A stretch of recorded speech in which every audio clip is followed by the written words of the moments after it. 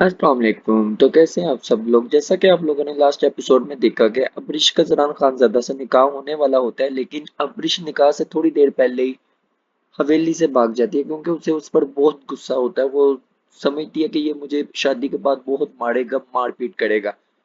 जब ज़रान खानज़ादा को पता चलता है कि अब्रिश हवेली से भाग चुकी है, वो उसे ढूंढने के लिए दर बदर भागता फिरता है, लेकिन उसे अब्रिश कहीं पर भी नहीं मिलती और पीछे से दाजी का उसको फोन आ जाता है कि तुम अभी के अभी वापस आओ। अगर तुम वापस ना आए तो हम खुद अपने आप को गोली मार लेगा। जिसके ऊपर जरान खान ज्यादा वापस जाता है तो दाजी उसे बताते हैं कि हमने उसको जाने की इजाजत दी है, तो हमारी जो इधर बची बुची इज्जत है उसको रहने दो। आगे वाली एपिसोड में देखते हैं क्या बनता है। अगर आप लोगों ने अभी तक चैनल सब्सक्राइब नहीं किया तो काइंडली जाके कर सकते हैं। बहुत शुक्रिया। Let's start. Zaran black shalwar kameez पर ब्लैक ही शाल कंधों पर डाली ड्राइविंग कर रहा था। चेहरे पर इस तरह भी कैफियत फैली हुई थी। 2 दिन से अब्रिश इस्लामाबाद में थी। जिले की फैमिली को इसी रात इस्लामाबाद वापस भेज दिया गया था। 2 दिनों से वो खुद पर काबू पाए हुआ था, मगर अब वो मजीद बर्दाश्त नहीं कर सकता था। समीउल्लाह के मना करने के बावजूद वो आज इस्लामाबाद जा रहा था। अब्रिश ने जाइम का ऑफिस दोबारा ज्वाइन कर लिया था। इस बात ने ज़रान के बदन पर खोलता पानी अंडेल दिया था। दिल में तंदुरो तेज अलाउ दहक उठे थे। दिल में तंदूर तेज अलाउ दहक उठे थे। वो इसे किसी भी सूरत जाइम के करीब नहीं रहने दे सकती। वो इसे मनाकर वापस हवेली लाना चाहता था। अगर वो मान जाती तो ठीक था, वरना वो किसी भी कीमत पर इसे वापस लाने का इरादा रखता था। चाहे इसके लिए इसे अपनी और अब्रिश की जान भी लेनी पड़ती, वो लेता। मगर अपनी मोहब्बत से दस्तबरदारी इसे किसी कीमत पर गवारा ना थी। जरान ने अपने अंदर उठते इश्तियाल को दबाते गाड़ी की स्पीड बढ़ाई। अब्रिश अपने ऑफिस रूम में बैठी कुछ फाइल चेक कर रही थी कि अब्रिश को इंटरकॉम पर जरान खानजादा के आने की इत्तला दी गई। अब्रिश का दिल जोरों से धड़का था, हाथ में इंटरकॉम लड़जा था। अब्रिश ने खुद पर काबू पाते इंटरकॉम पर मौजूद असिस्टेंट से जरान खानजादा को 5 मिनट बाद अंदर आने को कहा। अब्रिश ने गहरे सांस लेते खुद पर काबू पाया, अपने दिल पर हाथ रखते अपने धड़कनों पर काबू पाया जो इसे सितमगढ़ के नाम सुनते ही सीने से निकलने को बेताब हो रही थी। वो इस वक्त व्हाइट जीन्स के साथ ब्लू शर्ट फ्रॉक पहने हुए थी, जिस पर व्हाइट गरम स्टालर लिया हुआ था। होंठों पर पिंक लिपस्टिक लगाए अपने हाफ बालों को कैचर में मकीद किया हुआ था। अब्रिश ने गले से स्टालर उतारकर कमरे में मौजूद ट्विस्टर सोफे पर उछाला। ऐसा करने का मकसद इसे जिताना था कि वह इसकी पाबंदियों से आजाद हो चुकी है। इसकी जिंदगी में इसकी ख्वाहिशात, इसकी कोई भी बात कोई भी मायने नहीं रखती। वो इससे हर रिश्ता, हर तल्लुक इस रात तोड़ आई थी, जब वो रात के अंधेरे में इसकी हवेली से निकल आई थी। वो मोहब्बत और पोजेसिवनेस के नाम पर अपनी मजीद तजलील बर्दाश्त नहीं कर सकती थी, मगर आज यही तल्लुक इसकी आंखों में आंखें डालकर तोड़ना था। इसकी सर्द सुर्ख आंखों में देखना बहुत मुश्किल था, मगर जब इससे हर तल्लुक खत्म हो जाएगा तो वो किस रिश्ते की हैसियत से इस पर हक जताएगा। अब जनान खानजादा के पास इस पर हक जताने की, गुस्सा करने की कोई वजह बचती नहीं थी। जिले ने इन दोनों में अब्रिश की जिद में के आगे घुटने टेक दिए थे। वो शायद अब्रिश को खोने के खौफ से अपनी जिद से पीछे हट गई थी। अब्रिश ने अपनी मंगनी की अंगूठी टेबल से उठाते टेबल ड्राइड में रखी। वो अपनी कुर्सी से खड़े होते गहरे सांस भरते खुद को नॉर्मल कर रही थी कि वो मुअज्जन दरवाजा खोलकर अंदर दाखिल हुआ। जरान को एक नजर देखते ही अब्रिश लड़ते हाथों से टेबल पर रखी फाइल पर पैरा एडजस्ट करने लगी। इसकी तरफ देखने से मुकम्मल एहतजार बढ़ रहा था, मतलब कि उसकी तरफ बिल्कुल नहीं देखा था, इग्नोर कर रही थी। वो अपने हाथों की कपाहट पर काबू पाते जरान खानजादा के बोलने की मुंतजिर थी। कमरे में बढ़ती खामोशी और इसकी नजरों की तपश से घबराते इसने धड़कते दिल के साथ नजरें उठाए जरान को देखा। दूसरे ही लम्हे वो इसकी सर्द स्पॉट नजरों से घबराते अपनी नजरें फेर गई थी। वो इससे थोड़ा फासले पर खड़ा काफी संजीदगी से सर्द स्पॉट नजरें से इसे देख रहा था। इसकी इस्तदाइया सर्द नजरों की तपश से वो खफत का शिकार हुई थी। वो इसके बदन पर अपनी नजरें गाड़े हुआ था। इसकी आंखों से छलकता इस्तजाहियापन से इसे काफी शर्मिंदा कर गया था। जरान के चेहरे की नागवारी और संजीदगी से अंदाजा लगाया जा सकता था इसे इसकी ड्रेसिंग किसी तौर पर पसंद नहीं आई थी। अब्रिश ने लब काटते हुए सामने सोफे पर रखे स्टाइलर पर नजरें दौड़ाई। इसे अपनी गलती का एहसास हुआ था। अब इसकी स्पॉट मगर गहरी नजरों से वो खफत से सुरख पड़ रही थी। अब्रिश अपना निचला लब कुचलते खुद को डबते जरान की तरफ मतवज्जा हुई। बैठिए मिस्टर खानजादा। अब्रिश ने जरान को देखते तंजिया मुस्कुराहट लब्बों पर सजाए कहा। खुद के डर खौफ पर काबू पाते जरान की सर्द सुरख आंखों में देखा। क्या बात है तुम्हारी मिस अब्रिश बादशाह, जो तुम मेरे साथ करके आई हो। तुम्हारे चेहरे पर जरा अंदामत नहीं। कैसे तुम मेरी आंखों में आंखें डालकर बात कर सकती हो। जरान खानजादा टेबल पर दोनों हाथ जोर से मारते थोड़ा सा आगे झुकते गिराया। इसके लिबास में छलकती इसके बदन की रानियां इसके तन बदन को भड़कता गोला बना चुकी थी। वो इस होलियों में इतने मर्दों के साथ काम कर रही थी। इन मर्दों की फहरिस्त में ज़हीम भी तो था, जिसे वो ऑफिस में दाखिल होते देख चुका था। जिस तरह आप मेरी आंखों में आंखें डालकर बात कर रहे हैं, जब आपको अपने एक्ट पर कोई शर्मिंदगी नहीं है तो क्यों शर्मिंदा होने लगी। अबरिश के लब्बों पर इस्तजाइया मुस्कुराहट बिखरी थी। इस बार जरान की सर्द सुरख आंखों में अपनी आंखें गाड़े जवाब दिया। क्या किया है मैंने? जरान ने इसे कड़े तेवरों से घूरते सर्द लहजे में सवाल किया। कुछ रह गया है करने को? अब्रिश ने अपने भीगे लहजे पर पाया था। वो इस इंसान के सामने कमजोर नहीं पड़ना चाहती थी जिस पे इसे एतबार ही ना हो, मगर लहजा ना चाहते हुए भी भीग उठा। अपने बढ़ाए लहजे पर इससे पहले कभी शर्मिंदगी नहीं हुई थी जितनी आज हो रही थी। ये आंसू मत बहाना मेरे सामने अब्रिश। जो तकलीफ तुमने मुझे पहुंचाई है, मेरे इज्जत का तमाशा लगाकर तुम चली आई हो, वो मैं कभी नहीं भूल सकता। जरा ने गुस्से से एक एक लफ्ज चुपाया था। इज्जत सिर्फ आपकी नहीं मेरी भी है, ये बात आप भूल गए थे। अब्रिश ने अपनी नम आंखें बेदर्दी से रगड़ी। तुम्हें जो भी कहना था अब्रिश वो मुझसे कहती, तुम निकाह से भाग गए। ये कैसी मोहब्बत है तुम्हारी? जरान ने कड़प से शिकवा किया। मुझे अपने निकाह में लेकर आप कभी भी मेरी ना सुनते। मैं सिर्फ आपके लिए आपकी मलकियत बन जाती, जिसके साथ कुछ भी करना आपका हक होता। जो इंसान निकाह होने से पहले अपने होने वाली दुल्हन से ये कहे कि वो थप्पड़ खाने की मुस्तहिक हो, वो निकाह के बाद वही थप्पड़ इसका मुकद्दर बना देता। मैं इन थप्पड़ों से बचने के लिए आपके निकाह से भाग आई। अब्रिश ने भी जवाबन कड़ब से शिकवा करते चीखते हुए कहा। जरान खानजादा इसकी आंखों में ठहरी शबनम इसके शिकवे पर खामोश हुआ था। अपने लफ्जों की सफाकी पर वो शर्मिंदा था, मगर इसके लफ्ज ज्यादा सफाक थे जो इसने इस दिन खुद को दूसरों के साथ जोड़ते इससे तकलीफ पहुंचाई थी, मगर मुकाबिल को अपने लफ्जों की सफाकी का अंदाजा ही ना था। अब्रिश के लहजे में नमी महसूस करते जरान खान ज्यादा नरम पड़ा, वरना इसे जाइम के ऑफिस में इस होलिया में देखकर ही ना इसके खून में शरारे फूट रहे थे। मेरी जगह पर कोई भी होता इसका रद्द अमल यही होता। जरान ने इसकी भीगी आंखें देखकर खुद पर काबू पाते नरमी से कहा, मगर अपने लहजे के स्पॉट सर्दपन पर काबू ना पा सका था। जो मुश्किल ही नहीं नामुमकिन भी था, इसे सामने देखकर तमाम जख्म उधेड़ते थे। दुख इसी बात का ही था कि आपकी जगह कोई और नहीं था। अबरिश के लबों पर तलख कड़ब अमीज मुस्कुराहट दौड़ी। मोहब्बत करता हूँ तुमसे, वो भी हद से ज्यादा। कैसे बर्दाश्त करता वो सब कुछ? आग लग गई थी मेरे सीने में मैं तुम्हें इसके करीब खड़ा देखकर। जरा ने अब्रिश के करीब होते इसे बाजू से पकड़ते अपने मुकाबिल किया। मुझ पर शक किया आपने? अब्रिश के भीगे लहजे में मान टूटने का कड़ब था। अब्रिश, अब्रिश, मैंने तुम पर शक नहीं किया, तुम पर सिर्फ अपने अंदर की खुलन उतारी थी। जरा ने इसके खूबसूरत चेहरे पर अपनी तपश ज़्यादा सांसें पकड़ते एक एक लफ्ज छुपाया था। इसका खूबसूरत चेहरा भी इसका गुस्सा कम नहीं कर पा रहा था। आग की लपटें महसूस हो रही थी इसे अपने इर्द गिर्द। इसी खोलन में मुझ पर हाथ उठाते वक्त आप अपना हर वादा मुझसे तोड़ चुके थे, इसलिए अब आपका कोई हक नहीं है कि मेरे करीब भी आए। अब्रिश ने खुद को जरान की गिरफ्त से छुड़वाते हुए कहा, ये तुम्हारी भूल है कि तुम पर अपना कोई हक नहीं खत्म करूंगा। जरान ने इसके बाजू पर अपनी गिरफ्त और मजबूत की। जब हमारे दरमियान कोई रिश्ता नहीं रहेगा कि तो किस हक से जिताएंगे मुझ पर कोई हक? अबरीश ने इसकी सख्त गिरफ्त पर सिसकते खुद पर को पूरी कुव्वत से छुड़वाने की कोशिश की। जरान की उंगलियां इसके बाजू में मजीद सख्ती से प्योसत हुई थी। यू हर्टिंग में, आप मुझे हर्ट कर रहे हैं। इसकी वहशाना गिरफ्त पर अबरीश के लब्बों से सिसकी बरामद हुई। जो तुमने किया इस बात का एहसास है तुम्हें? तुमने किस तरह मुझे तकलीफ पहुंचाई? तुम जैसे सफाक औरत के मुंह से लफ्ज हर्ट अच्छा नहीं लगता। जरान ने इसे सुर्ख आंखों से घूरते एक ही झटके में छोड़ा था। जी कर रहा था अपने सामने खड़ी लड़की के टुकड़े टुकड़े कर डाले, जो इसकी इज्जत का तमाशा बना आई, और इसे इस बात का एहसास भी ना था। अब्रिश इसके छोड़ने पर लड़खड़ाई थी। क्या किया है मैंने? अब्रिश ने नम लहजे के साथ चलाई। जरा ने इसकी आंखों की नमी देखते सजाइया हंसा। मेरी इज्जत मेरे जज्बात के साथ खिलवाड़ा करके चली आई। एन निकाह के टाइम तुम दुल्हन के लिबास में हवेली से भाग गई, फिर भी मुझसे पूछ रही हो क्या किया है तुमने? तुम्हें अंदाजा है क्या गुजरी होगी मुझ पर जब मुझे पता चला होगा कि मेरी मोहब्बत दुल्हन के लिबास में मेरी हवेली से मुझे धोखा देकर भाग गई। मेरी इज्जत 2 टके की नहीं रहने दी तुमने। जानती हो तुम्हारे अमल की सजा क्या है? जरा ने इसे दोनों कंधों से थामे खुद के मुकाबिल करते गिराते हुए सवाल किया। क्या है सजा? अब्रिश ने इसकी सख्त गिरफ्त पर सिसकी लेते पूछा। सजाए मौत। जरा ने इसकी आंखों में देखते बर्फ से लहजे में बोला। आपके साथ जिंदगी गुजारने का मतलब ही मेरे लिए फंदे पर लटकती लटकती एक लाश की तरह ही है। एक बार की सजाए मौत मेरे लिए बेहतर सजा है। इसकी गिरफ्त में कपकपाते लब्बों से कहा। जरान कुछ पल इसकी भीगी मगर स्पॉट आंखों में सर्द निगाहों से देखता रहा। क्या चाहती हो? सर्द लहजे में सवाल किया। रहाई, भीगे लहजे में जवाब आया। किससे? मोहब्बत से मेरी? जरान की आंखों में सुर्खी ने शिद्दत इख्तियार की। जिंदगी से आपकी? आंखों ने एन टाइम दगा खाया था। आंसू टूटकर रुख पर बरसते इसे धोखा दे गए थे। आंखों की बेवफाई इसे जरा पसंद नहीं आई थी। रह लोगे मेरे बगैर?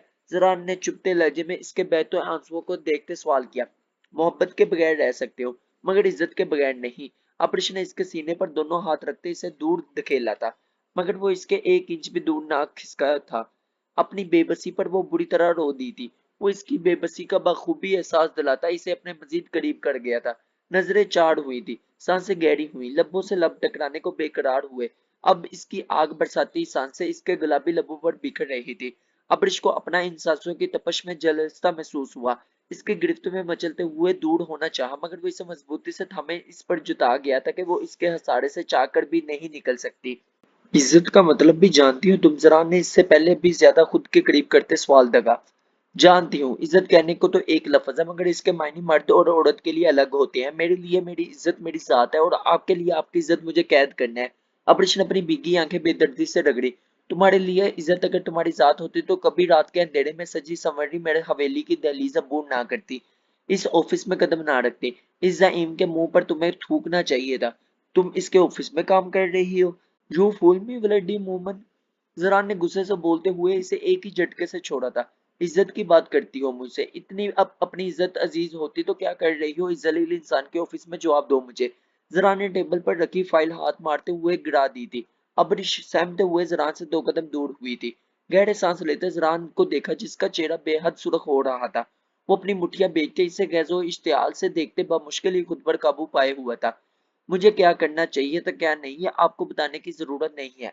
मैं आपके किसी भी सवाल का जवाब देने की पाबंद नहीं हूँ। अपनी स्पॉट लहजे में बोली। वो इस इंसान के सवालों का जवाब आखिर क्यों दे जिसे इस पर यकीन नहीं था? तुम्हें मेरे सवालों का जवाब देना पड़ेगा, बताना पड़ेगा क्यों किया मेरे साथ ऐसा, क्यों मेरे जज्बात के साथ खेला। जरान ने इसकी तरफ बढ़ते इसकी कलाई जकड़ी। क्योंकि आपने मुझ पर हाथ उठाया, मुझ पर शक किया। अब्रिश अपनी कलाई झटके से छुड़वाते चलाई थी। मैंने तुम पर हाथ नहीं उठाया अब्रिश, तुमने मुझे मजबूर किया था कि तुम पर हाथ उठाऊं। जरान ने अब की बार नरमी से कहा था। वो इसे मनाकर हर हाल में अपने साथ हवेली ले जाना चाहता था, मगर सामने खड़ी लड़की मोहब्बत ही नहीं इसका जुनून ही था। वो इसके बगैर नहीं रह सकता था, ना इस पर किसी का साया बर्दाश्त कर सकता था।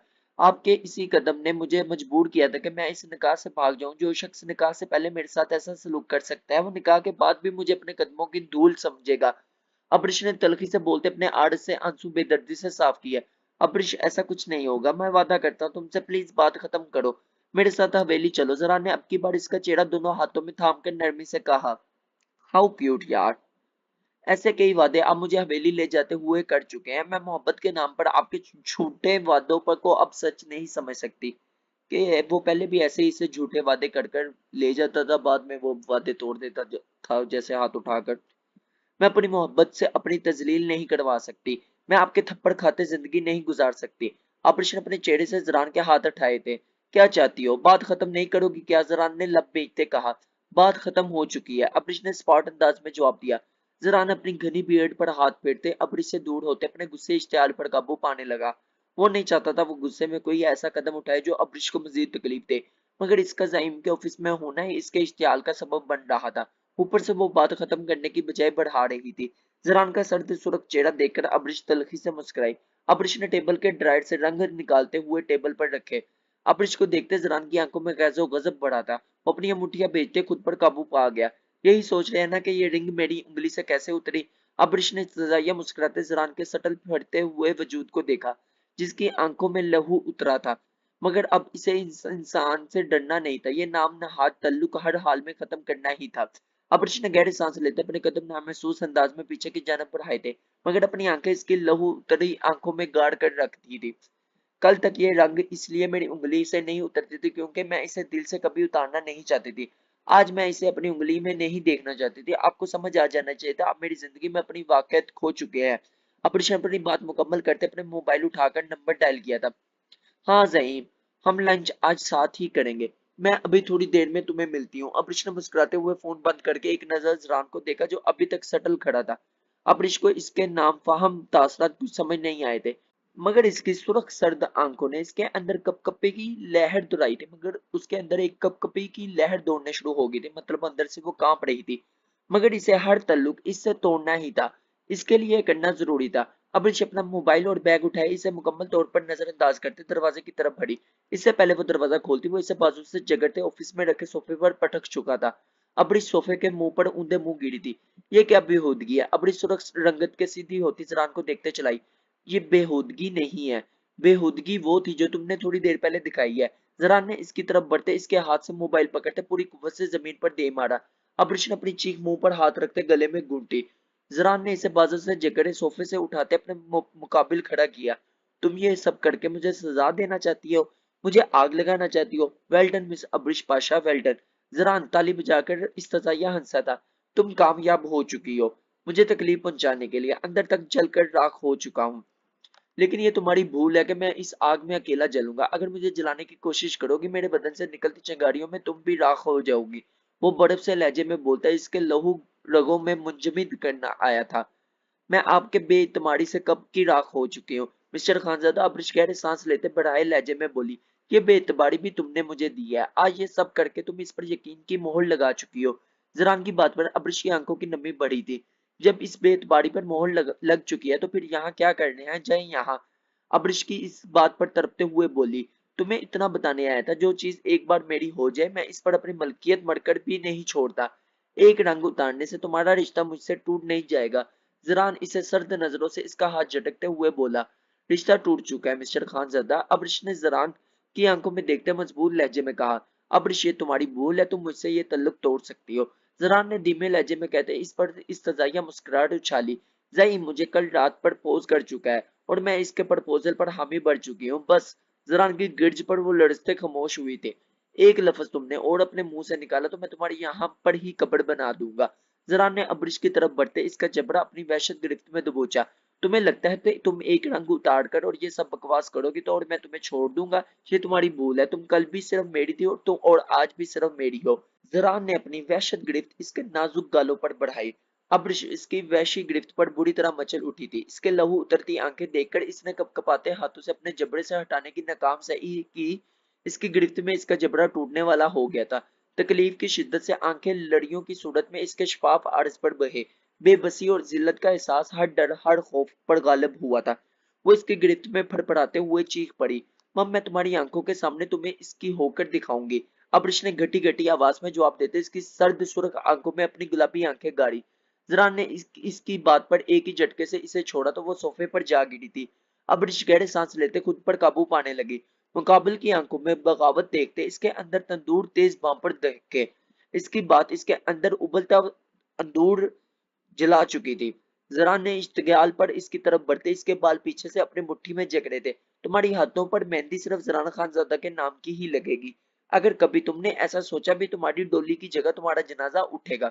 यकीन नहीं आता तो आज जईम से मिलकर देख लो। मेरी गोली से सिर्फ तुम ही नहीं बल्कि वो जईम भी अपनी जान से जाएगा।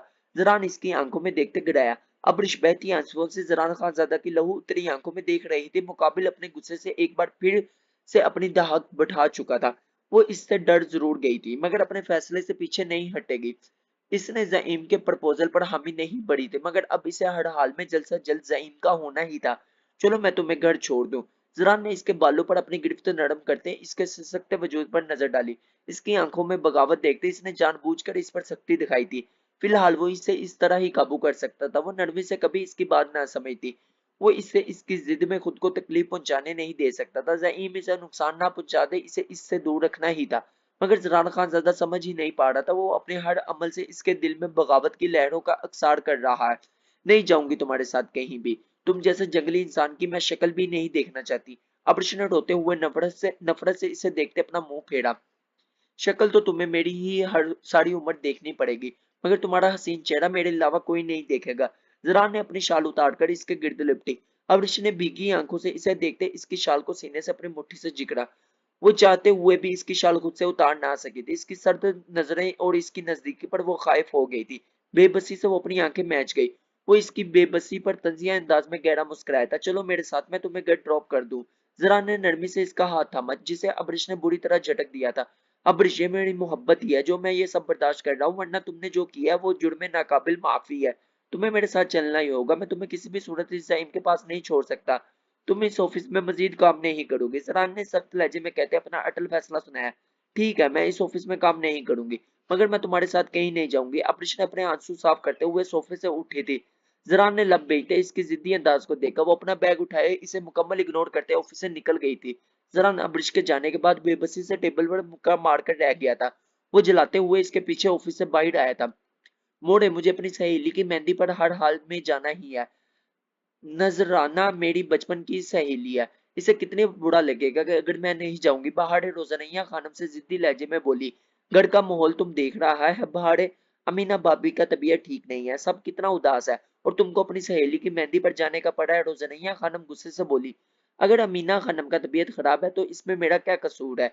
वो अब्रिश हवेली से भाग गई। सजा मुझे क्यों मिल रही है? मैं तो इस हवेली से नहीं भागी। बहाड़े ने मुंह बनाते हुए कहा। क्या बकवास कर रहा है तुम? तुम में शर्म लिहाज है कि नहीं? और भाभी का नाम क्यों ले रहा है? तुम्हारा सास है वो। मोड़े, बोला करो इन्हें। रुजनिया खानम ने बहाड़े को घूरते हुए कहा। हमारे लिए हमारा एक ही अम्मा काफी है, जो किसी हिटलर से कम नहीं है। इसलिए मैं कभी भी शहराम की मोड़े को अपनी मोड़े नहीं करूंगी। बहाड़े ने तंग कर जवाब दिया था। आहिस्ता बोलो बहाड़े, तुम्हारा ये बकवास इस शहराम ने सुन लिया तो क्या सोचेगा तुम्हारे बारे में? रुजनिया खानम दबी आवाज में गिराई। ये शहराम कहाँ से आ गया बीच में? शहराम के नाम पर बहाड़े का हलक कड़वा हुआ था। नहीं गया, वो तुम्हारा खामंद है, तुम्हारा सर का साईं। शेराम की वजह से ही हम इस अबीर और जरान खानजादा को बर्दाश्त करता है, वरना जो मारजरान ने हमारी बबर को मारा है हम कभी भूल नहीं सकता। रुजनिया खनम की आंखें नम हुई थी। शेराम की वजह से क्यों बर्दाश्त करती हो? शेराम का इसका कौन सा इस घर में रोब है? इतना सा भी नहीं चलता इसका इस हवेली में। वो गुंडागर्दी सिर्फ मुझ पर और हवेली से बाहर दिखाना जानता है। बहाड़े ने गुस्से से कहा। बहाड़े, तुम्हारा अकल गाज चढ़ने गया है क्या? इसका घर में बहुत रोब है, तुमको ही नजर नहीं आता। वो घर में इसलिए नहीं बोलता, वो सबका एहतराम करता है। शराम जरान और अरहाम के सामने नजरें झुकाए रखता है, और वो तो असफंद के सामने भी ज्यादा नहीं बोलता, क्योंकि वो सबका दिल से एहतराम करता है। अगर इसका इस घर में ना चलता तो तुम अभी भी शहर जाकर डॉक्टर ना बनता। तो जनिया खानम की बातों पर बहाड़े गुस्से का ग्राफ मजीद बुलंद हुआ था। मोड़े, ये बात आपका लाजमी करना बनता था। आप लोगों ने एक अनपढ़ बंदे के साथ मेरा निकाह कर दिया, ऊपर से इसकी अजमत के कारनामे मुझे सुनाए जाते हैं। मेरे साथ जो नाइंसाफी हुई है वह किसी को नजर नहीं आता। बहारे की आंखों में आंसू आए थे।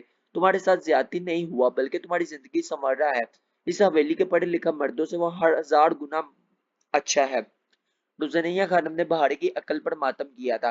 तो क्या शेराम असफन लाला से भी बेहतर है क्या? बहारे ने गुस्से से पूछा। हाँ, अगर हमसे पूछता तो हमारा जवाब हाँ में है। शेराम लाखों में एक है। जिस तरह तुम्हारा कैंची की तरह जुबान चलता है, कोई और हवेली का मर्द होता तो कब का कार चुका होता। रुजनिया खानम ने बहारे को देखते तलमलाते हुए कहा। मोड़े, मुझे हर हाल में नजराने की मेहंदी पर जाना है। वो मजीद शेराम की तारीफें नहीं सुन सकती थी। तुम कहीं नहीं जाएगा, ये हमारा आखिरी फैसला है। रुजनिया खानम ने अपना फैसला सुनाया। लेकिन मोड़े, बहाड़े तुम कहीं नहीं जाएगा। रुजनिया खानम बहाड़े के आंसू नजरअंदाज करते इस बात को काटते बोली। अस्सलाम वालेकुम। शेराम के सलाम पर रुजनिया खानम ने गड़बड़ाते हुए सामने देखा। वो जनाना खाना के लाउंज के वस्त में खड़ा था। इसके चेहरे की संजीदगी से इन्हें अंदाजा लगाने का देर नहीं लगा था कि वो सारी बातें सुन चुका है। वालेकुम सलाम शेराम बेटा, कैसा है तुम? रुजनिया खानम ने अपनी गड़बड़ाहट छुपाते मुस्कुराते हुए कहा। बहाड़े, तैयार हो जाओ तुम, मैं तुम्हें तुम्हारी सहेली की शादी पर ले चलूंगा। वो अपनी बात करते रुका नहीं था, लंबे लंबे डग बढ़ता चला गया था। लगता है शराब ने सब कुछ सुन लिया। रुजनिया खानम ने तशवीफ ज़दा अंदाज में कहा। सुनता है तो सुन ले, मैंने वही कहा जो सच है। बहाड़े ने अपने हसीन नकोश बगाड़े थे। बहाड़े, तुम्हारा कुछ नहीं हो सकता। अब तो तुमको समझ आ जाना चाहिए कि शराब कैसा है। इतना सब कुछ सुनने के बाद भी इसे तुम्हारा ख्वाहिश अजीज है। रुजनिया खानम ने मुलाजमत बड़ी नजर इस पर डाली थी। मैं शराब के साथ नजराना की मेहंदी पर नहीं जाऊंगी। बहाड़े ने कलसते हुए कहा। ठीक है तो मत जाओ। तो जनीया खानम गुस्से से बोलती अपने कमरे की जानब बढ़ गई। बहाड़े ने शराम को कोसते हुए अपने कमरे का रुख किया था। बहाड़े ने एक नजर शराम को देखा, जो इंतहाई संजीदगी से ड्राइव कर रहा था। ब्लू शलवार कमीज पर इसने व्हाइट शाल कंधों पर डाल रखी थी। हल्की घनी बियर्ड, तराशीदा मूंछों, तले अनाबी लब, ऊंची तीखी नाक। बिलाशुबा वो एक वजिया खुदबड़ू पर्सनैलिटी का हामिल मर्द था, मगर इसके अनपढ़ होने पर इसकी सारी मर्दाना वजाहत मानंद पड़ जाती थी, और बहाड़े को इसकी खूबरू पर्सनैलिटी भी जहर लगने लगती थी। क्या मायना कर रही हो कि काश मैं अनपढ़ ना होता तो तुम्हें यूं हर किसी के आगे रोनाना पड़ता? मेरी अजमत के कारनामे सुनकर तुम्हारा हलक कड़वा ना होता? शेराम की संजीदा आवाज पर बहाड़े गुल ने गड़बड़ाते हुए अपनी नजरें फेरी। ऐसी बात नहीं है, मैं तो इसलिए तुम्हें देख रही हूँ थी कि आज तुम भी संजीदा होके बात किया है। बहाड़े ने अपनी चादर अच्छी तरह सर पर जमाते कहा। हवेली में रहने वाले लोग मुझे अपनी जान से बढ़कर अजीज है। अगर वो परेशान होंगे तो मैं कैसे खुश रहूंगा? मेरी मोड़े बुखार में जल रही है, मेरा लाला परेशान है, तो मैं कैसे खुश रह सकता हूँ? शेराम ने पहले से भी ज्यादा संजीदगी से जवाब दिया। मुझे जिता रहे हो कि मैं तुम्हें हवेली में सबकी परवाह है, मुझे नहीं है? बहाड़े ने शेराम को देखते कहा। हाँ बहाड़े, तुम्हें अपने अलावा किसी की परवाह नहीं है। मेरी मोड़े का नाम लेते तुम्हें एक पल के लिए ख्याल नहीं आया वो सिर्फ मेरे मोड़े ही नहीं, तुम्हारा भी इनसे कोई रिश्ता है? मैं तुम्हें इतना बुरा लगता हूँ कि तुम मेरे घर वालों की इज्जत करना भी भूल गई। श्रीराम की बात पर बहाड़े ने गड़बड़ाते हुए अपनी नजरें चुराई। ऐसी बात नहीं है, मैंने तुम्हारी मोड़े का नाम ऐसे ही लिया था, इसका ये मतलब नहीं कि मैं इनकी इज्जत नहीं करती। बहाड़े ने शर्मिंदगी से वजाहत दी। बहाड़े इंसान की जुबान इसकी इज्जत करवाती है और घटाती है। मेरी नजरों में आज तुम्हारी इज्जत घटी है, मेरे दिल में हमेशा तुम्हारे लिए गुस्सा आ रहा है। जैसे मैंने कभी नफरत में नहीं बदला, वो गुस्सा ही रहा जो हमेशा वक्त के साथ खत्म हो गया। मगर आइंदा तुमने मेरी मोड़े, मेरे लाला के खिलाफ कुछ भी कहा, वो गुस्सा नफरत में तब्दील होने में रोक नहीं पाऊंगा। मेरी नफरत तुम्हारे लिए सहना आसान नहीं होगी। फिर तुम्हारा और इस शेराम से पाला पड़ेगा जो सच में गंवार होगा, जिसका गंवारपन तुम बर्दाश्त नहीं कर पाओगी। ये बात याद रखना। शेराम की सर्द सपाट लहजे में की गई हुई बात पर पहाड़े लब बेचते खामोश हो गई थी। पहली मर्तबा इसके सर्द अंदाज पर पहाड़े का दिल लरजता था। अब्रिश के ऑफिस से निकलने के बाद वो अपने अपार्टमेंट जा रहा था कि रमजान की कॉल पर जरान ने फोन उठाए कान से लगाया। बोलो रमजान, जरान खानजादा ने संजीदगी से कहा। क्या कह रहे हो तुम? जरान ने एक ही झटके से गाड़ी रोकी थी। आंखें महकते इसने अपनी मुट्ठी बेचते खुद पर काबू पाया। तुम लोग बब्बर का पीछा करो। अगर वो कोई भी ऐसी वैसी हरकत करे, इसकी गाड़ी पर फायर कर दो, मगर बब्बर को कुछ भी ना हो। तुम लोग इसे सिर्फ मेरे आने तक रोकोगे। जो भी करूंगा इसके साथ मैं ही करूंगा। बब्बर को मैं अपने हाथों से खुद मौत दूंगा। जरान कहते हुए फोन बंद कर चुका था। तो आगे स्टार्ट करते हैं हम अपनी एपिसोड नंबर 31। अगर आप लोगों ने अभी तक भी चैनल सब्सक्राइब नहीं किया तो गलत बात है ना यार, अब तक तो कर देना चाहिए था। रोज डेली अब तो दो एपिसोड्स आप लोगों के लिए लेकर आ रहा हूँ। अब तो आप लोगों को अपने भाई से ढेर सारा प्यार करना बनता है, और काइंडली चैनल भी शेयर करें। जो लोग नॉवेल्स में इंटरेस्टेड हो या जिनको नॉवेल्स पढ़ना ना आता हो, उनके साथ आप शेयर कर सकते हैं। शुक्रिया। स्टार्ट करते हैं। जरान खानजादा ने अपने मोबाइल से अहल का नंबर डायल करते मोबाइल कान से लगाया था। जी भाई। अहल की स्पीकर पर आवाज बढ़ी थी। कहाँ हो तुम अहल? जरान ने अपना लहजा हतमी कान से नॉर्मल रखा था। भाई मैं इस्लामाबाद में हूँ, अपने कुछ दोस्तों के साथ खैरियत। आप क्यों पूछ रहे हैं? अहल के झूठ पर जरान खानजादा ने अपने लब बेचते खुद को कभी सख्ती कहने से रोका था। अहल, झूठ मत बोलो, तुम इस वक्त जरताज के साथ हो। जरान ने तहम्मुल से कहा तो स्पीकर पर कुछ देर के लिए खामोशी छाई थी। अहल, जरताज को इसके घर वापस ड्रॉप करो। ये तुम अच्छा नहीं कर रहे। अगर जरताज के घर वालों को खबर होगी, वो तुम दोनों को जान से मार देंगे। अहल की खामोशी महसूस करते जरान ने इसे नरमी से समझाने की कोशिश की। भाई मैं जरताज से मोहब्बत करता हूँ, और जरताज मुझसे मोहब्बत करती है। मैं जरताज को किसी और का नहीं होने दे सकता।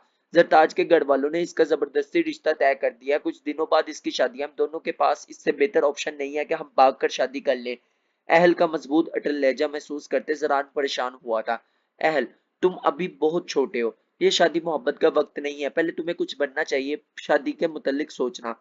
जरताज को वापस इसके घर छोड़ो दो, इससे पहले इसके घर वालों को खबर हो। अब की बार जरान ने सख्ती से कहा। सॉरी भाई, मैं ऐसा नहीं कर सकता। मैं जरताज को अपने एक दोस्त की तरफ ले जा रहा हूँ। इसके बाद हम दोनों अमेरिका चले जाएंगे। अहल अपनी बात कहते फोन बंद कर चुका था। जरान ने जल्दी से अहल का नंबर दोबारा डायल किया, मगर दूसरी तरफ अब अहल का नंबर ऑफ कर रहा था। जरान ने अपनी गाड़ी की स्पीड बढ़ाते मोबाइल डैशबोर्ड पर दे मारा। जरान ने कुछ लम्हों के तवक्कुफ के बाद अपना माथा मसलते डैशबोर्ड से फोन उठाए रमजान को कॉल मिलाई। रमजान, अहल को प्रोटेक्ट करो, किसी भी सूरत बबर्क अहल और जरताज को नुकसान ना पहुंचा पाए। खान साहब आप फिक्र ना करें, मेरी बबर्क पर पूरी नजर है। खान साहब मुझे ऐसा लग रहा है बबर्क को खबर हो चुकी है, मैं इसका पीछा कर रहा हूँ। इसने 2 मरतबा अपना रूट चेंज किया है। अब इसकी गाड़ी अहल की गाड़ी के पीछे नहीं है, मगर ऐसा लग रहा है वो मुझे डॉज करने की कोशिश कर रहा है। वो अहल की गाड़ी को फिलहाल यहाँ से निकलने देना चाहता है, ताकि ये सब देखकर मैं इसका पीछा करना छोड़ दूं। रमजान ने जरान को मुकम्मल सिचुएशन से आगाह किया।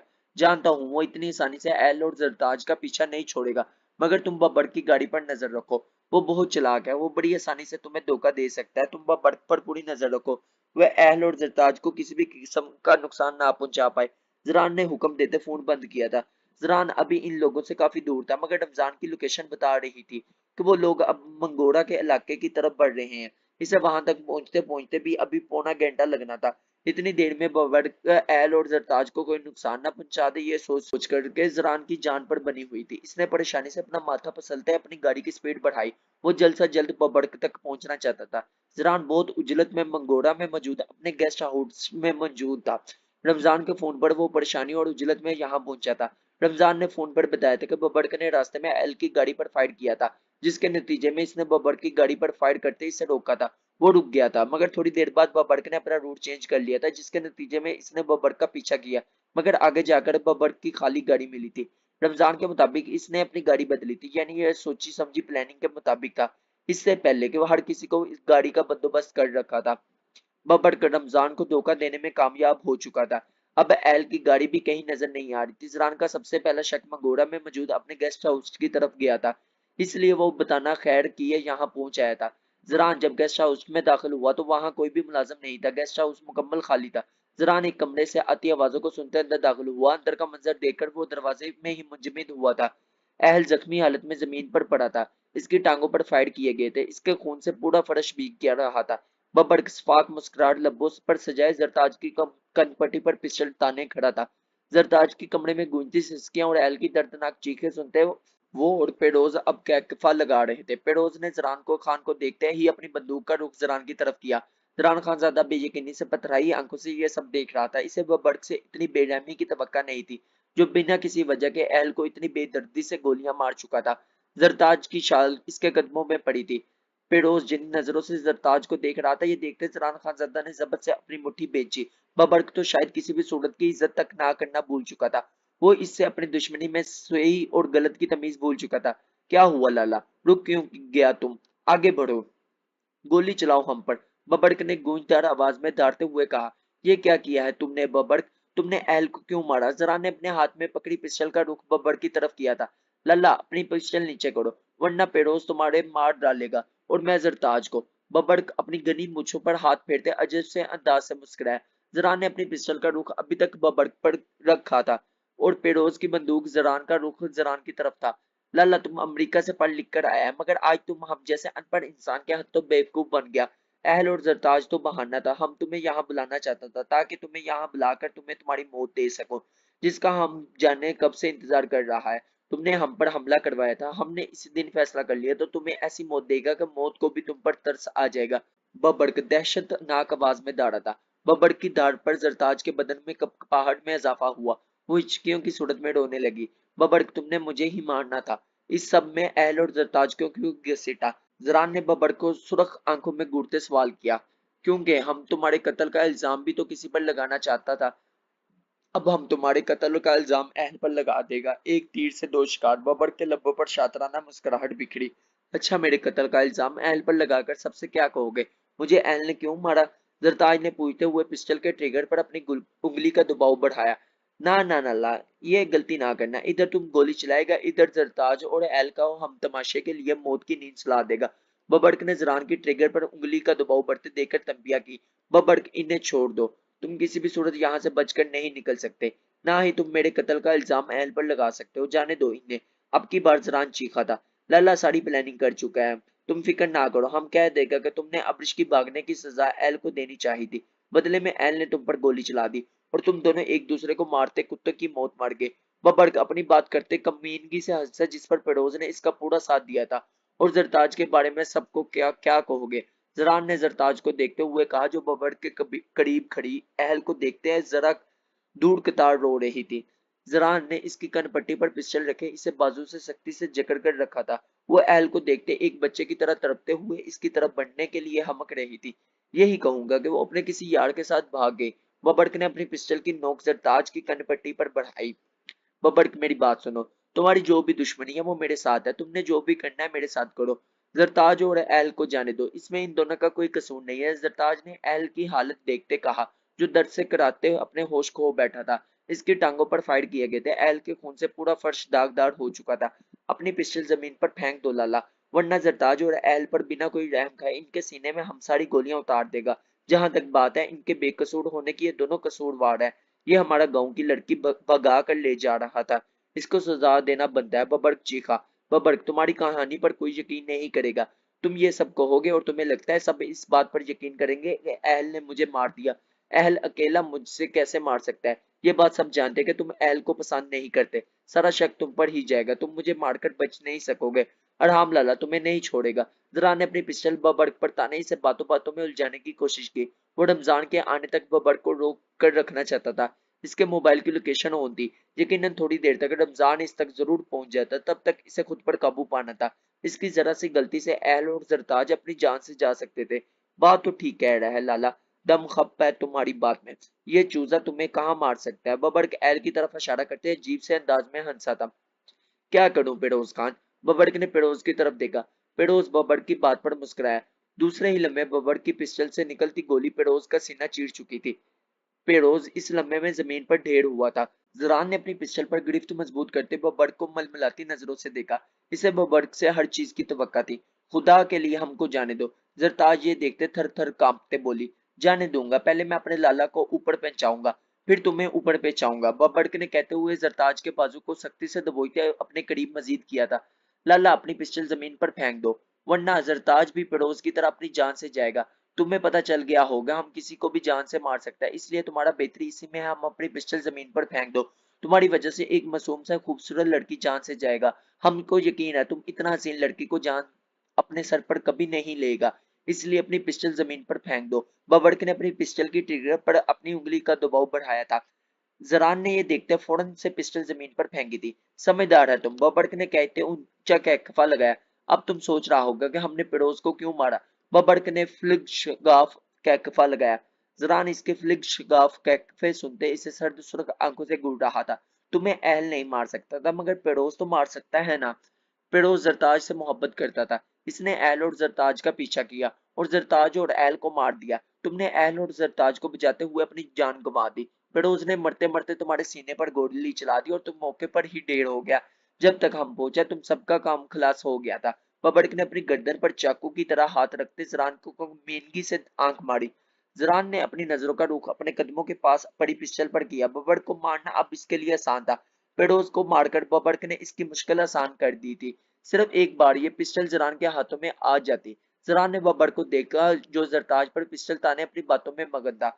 मारा इस बात पर सब यकीन करेंगे और मरने के बाद तुम्हें सब हीरो के तौर पर याद रखेंगे। अपनी भागी हुई मंगेतर के भाई की खातिर तुमने अपनी जान गंवा दी। तुम तो सच्चा आशिक निकला। तुम्हारा हीर रांझे की जगह तुम्हारा दास्तान याद रखेगा। तुम मरकर भी सबकी नजरों में जिंदा रहेगा। बब्बर पागलों की तरह ऊंचा ऊंचा हंस रहा था। जरताज ने बब्बर की तवज्जो बातों पर महसूस करते बब्बर से पिस्टल छीनने की कोशिश की। बब्बर ने जरताज के मुंह पर जोरदार थप्पड़ जड़ते इसे धक्का दिया। वो फर्श पर ऊंधे मुंह जा गिरी थी। इसी आसना में जरान ने जमीन से अपनी पिस्टल उठाते बब्बर की टांग पर फायर मार दिया।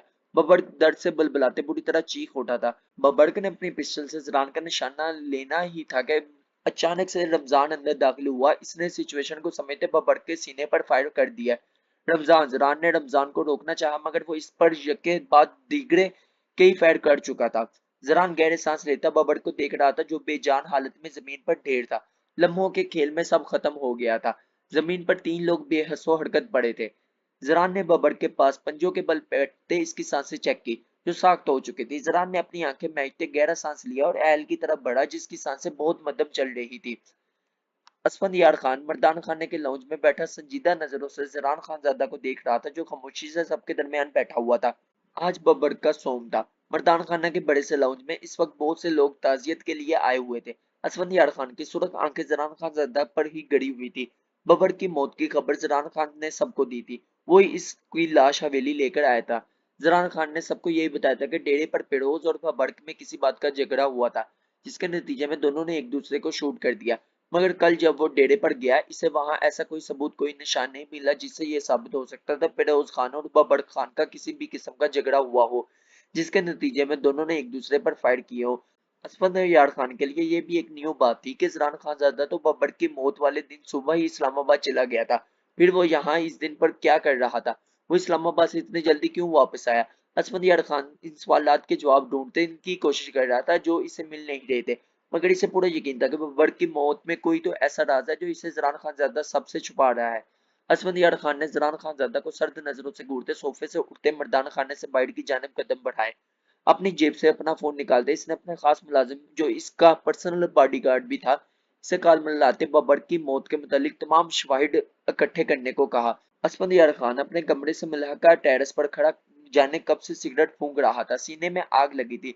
जो शवाहिद मुस्तफा ने इकट्ठे किए थे इसमें जरान खान ज्यादा गलती में साबित हो रहा था।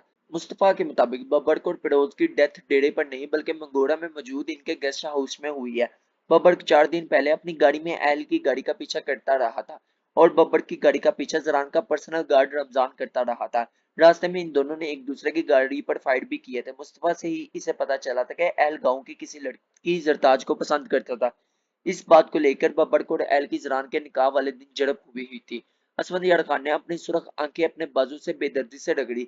इसके लिए यकीन करना मुश्किल था कि जरान खान ज्यादा ने इसके भाई को मार दिया, वो भी इस एहल के लिए। असफंद यार खान कुछ हद तक वाकिफ था बबर की हरकतों के बारे में, मगर इस सब की सजा इसके भाई के लिए मौत नहीं हो सकते थे। जरान खानजादा ने अमरीश के भाई को बचाने के लिए इसके भाई को मार दिया, अपनी मोहब्बत पर अपनी दोस्ती कुर्बान कर दी।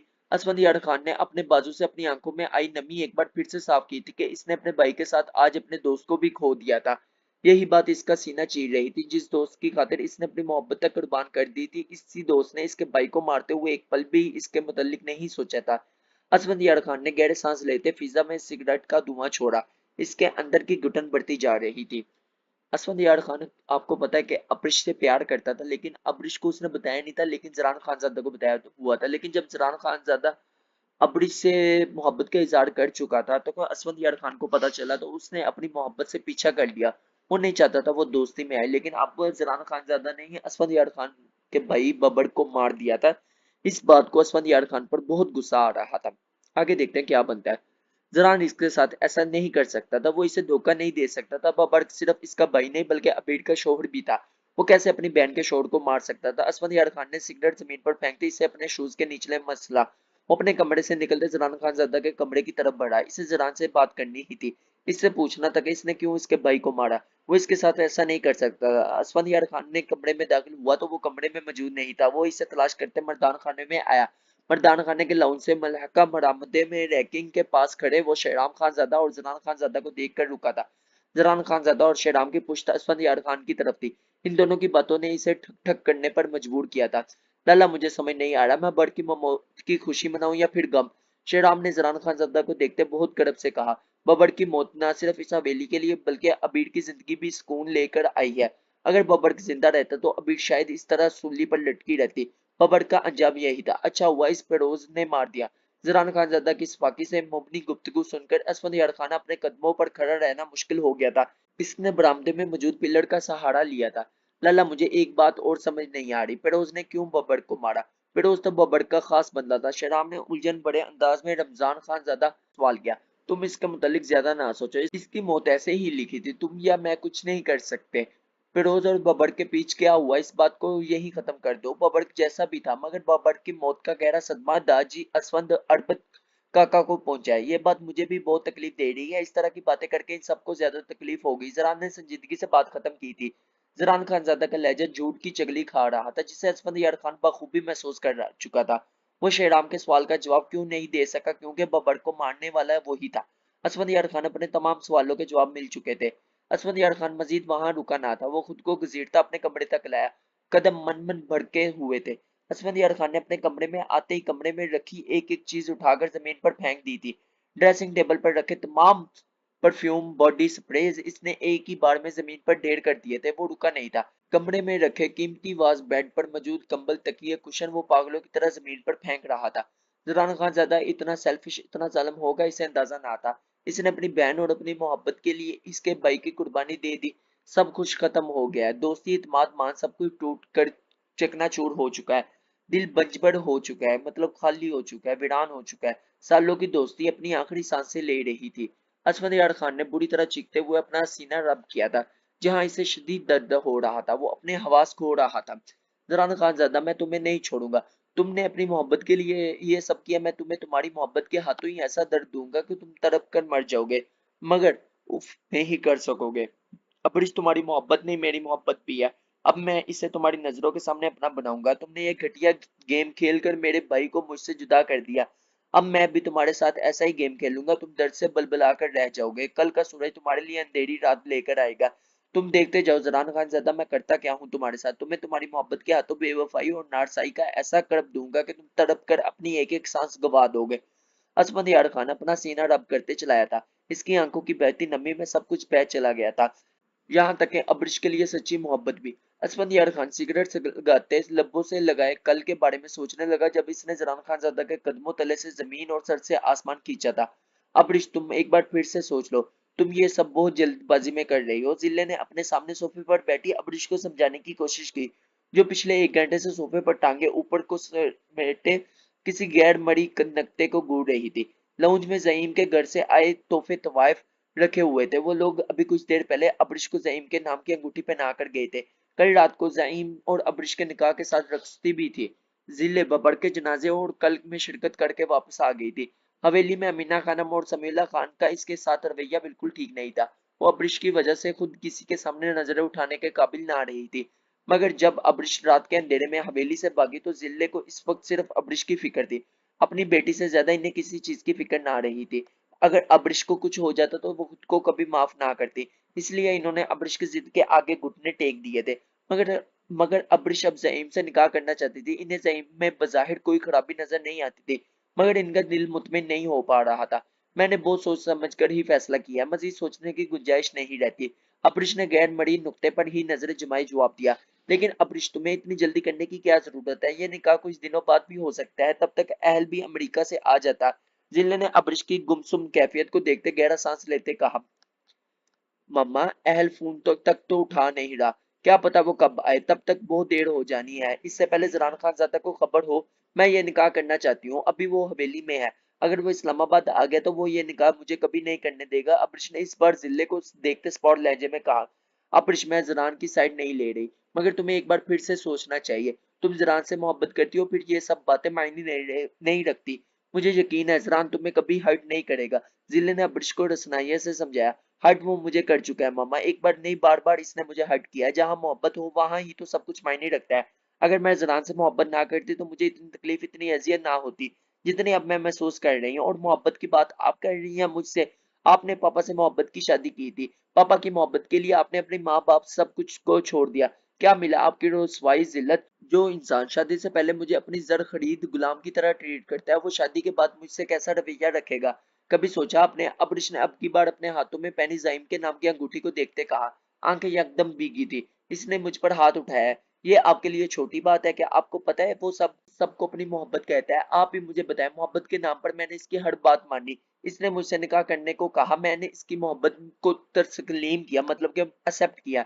इसने रुखसती का कहा, मैंने माना। वो मुझ पर दे करने का कह रहा था, वो मुझे पर्दा करने का कह रहा था, मैं वो भी मानने को तैयार थी। मगर इसने क्या किया? ज़हीम के साथ देखकर मुझ पर हाथ उठाने की कोशिश की, अपने लफ्जों से मेरी तजलील की। मैंने इसे सब के लिए कभी माफ नहीं कर सकती। मैंने पापा के इतने थप्पड़ खाए हैं कि मैं गिनती भूल चुकी हूँ। अब मैं अपने शोर के थप्पड़ नहीं खा सकती। मैं डर डर कर खौफ के आलम में जिंदगी नहीं गुजार सकती। दिन में थप्पड़ खाकर रात को इसके बिस्तर जहनियत नहीं बन सकती। मैं आपकी तरह जिल्लत बड़ी जिंदगी नहीं गुजार सकती। मुझ में इतना हौसला नहीं है। अब्रिश अपनी बात मुकम्मल करते रुकी नहीं थी। वो भागते हुए अपने कमरे की तरफ बढ़ी थी। जिल्ले जानती थी वो कमरे में जाकर आखिरी मर्तबा अपनी मोहब्बत का मातम मनाना चाहती है। जिल्ले ने अपनी नम आंखें अपने दुपट्टे से रगड़ी। इसकी जिंदगी का एक गलत फैसला कैसे इसकी बेटी की खुशियों के आगे आकर खड़ा हो गया था, वो कभी सोच भी नहीं सकते थे। अब्रिश का नन्हा दिमाग इसे पटते देखकर कैसे तकलीफ से गुजरता था। वो पाशा से पिटने के बाद हर दफा ऊंचा ऊंचा बैन करते अपनी गलती का मातम मनाती थी। इस सब में वो भूल जाती थी कि कोने कदरे में छुपी इसकी बेटी किस तरह सहमते हुए इसकी चीखें सुनती थी। इन्हें आज फिर से अपनी गलती का शद्दोशमद हुआ था, मतलब एहसास हुआ था, जो पाशा से शादी करके इसने की थी। वो गहरे सांस भरते खुद पर काबू पाने लगी, मगर इनके दिल की तकलीफ बढ़ती जा रही थी। इन्हें काफी अरसे बाद फिर से पैन अटैक आया था। वो जल्दी से अपने कमरे की तरफ बढ़ी। साइड टेबल के ड्रायर से अपनी मेडिसिन निकालते मुंह में डालकर पानी निकले। तो यहाँ पर खत्म करते हैं हम अपनी एपिसोड नंबर 30 और 31। इंशाल्लाह बहुत ही जल्द सुबह ही, बल्कि आप लोगों के लिए नेक्स्ट टू एपिसोड नंबर 32 और 33 आ जाएगी। अगर आप लोगों ने अभी तक वीडियो लाइक नहीं की तो काइंडली वीडियो को लाइक कर दें। अगर अच्छी लगी हो तो कमेंट्स में अच्छे अच्छे अपने कमेंट्स करें। और आप इसके अलावा कोई और मशवरा भी मुझे देना चाहते हैं कि मेरा बोलने का स्टाइल नहीं अच्छा है या मैं क्या करता हूँ, तो आप काइंडली मुझे बता सकते हैं। मिलते हैं बहुत ही जल्द अगली वीडियो में, तब तक जुड़िए रहेगा हमारे साथ। अल्लाह हाफिज।